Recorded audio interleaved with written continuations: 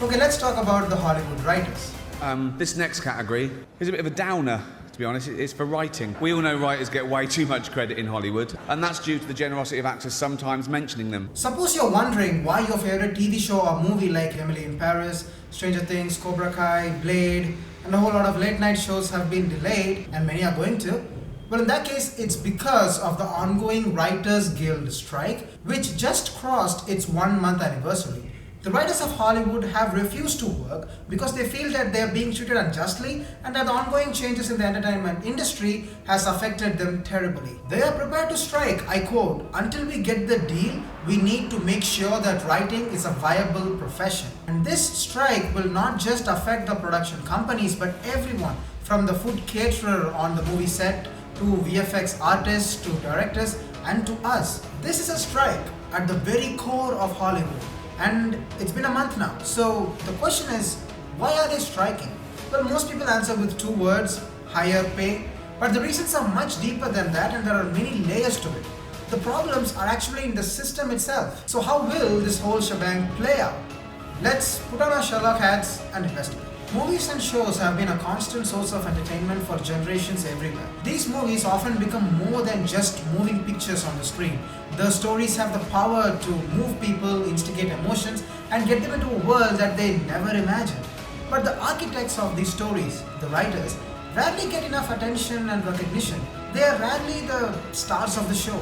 The system is just set that way for some reason, and naturally the returns they reap have been continuously less than the other parties like actors and directors. Now, every 3 years, the East and West branches of the Writers Guild of America, or WGA, who represent 11,500 writers of TV and film, sit and negotiate a new contract with the major Hollywood studios. Now, these Hollywood studios are represented by the Alliance of Motion Picture and Television Producers. And this negotiation didn't go smoothly at all. The two sides haven't returned to the negotiating table since it broke down in the early evening on May 1. You might be like, what are the writers mad about? After all, aren't they getting more opportunities ever since the advent of streaming? So, what is the problem?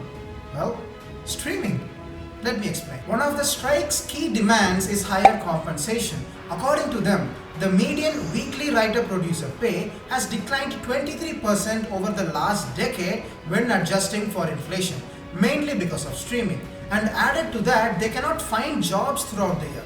Previously, shows would run for a full year on TV, starting from October or November, but shows nowadays are shorter with fewer episodes per season and are renewed for new seasons inconsistently. Also, they are given to the audience all at once to binge watch. So writers who used to work for 6 months to 1 year have jobs only for a few months or sometimes even weeks. And this is because of how movies and shows are being streamed. Streaming has also led to something called the mini rooms. A writer's room is where all the levels of writers get together, have a cup of tea, brainstorm ideas and come up with how they want a show or movie to play out. Room sizes start from 2 writers and sometimes even 20-30 for long periods of time depending upon the show and the budget.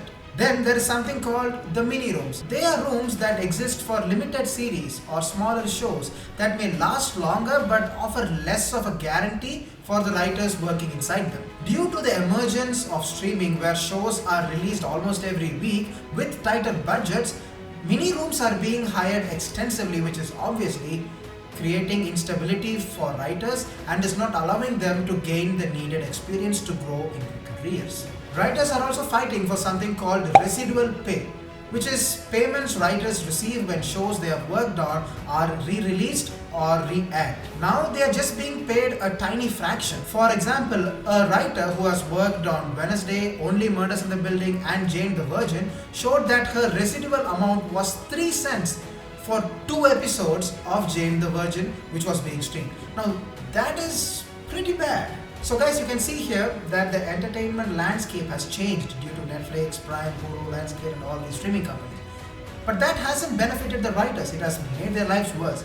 But we see many actors and directors getting projects because streamers want as much content as possible. So this is a classic case where a change in an industry, let it be any industry, affects certain factions of the people and lifts up others. Now added to all this, we have artificial intelligence which we don't know what to feel about. Writers fear that it will start replacing them or at least reduce their pay even further. The Writers Guild proposed regulating AI in writers' room by preventing it from writing or changing material covered by the minimum basic agreement that is set in a contract. So here is the next important question. Why aren't the production companies accepting this? Don't the problems all sound fair? Well, it's always about the money. The writers' proposals would cost the studio $429 million annually, whereas the studio's counter proposal will just cost $86 million. On the studio's side, they feel that their previous offers were generous. The advertising profits were not that good last year. Netflix has started to lose users, revenues are plummeting a bit, so naturally they want to cut costs. Anyway, what now?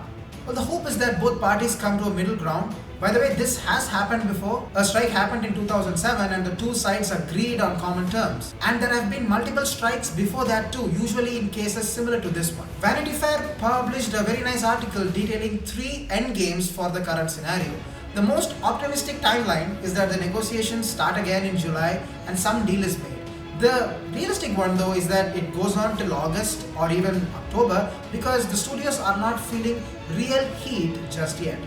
The worst possible outcome is when the directors and the actors also join the fight and go full Avengers mode.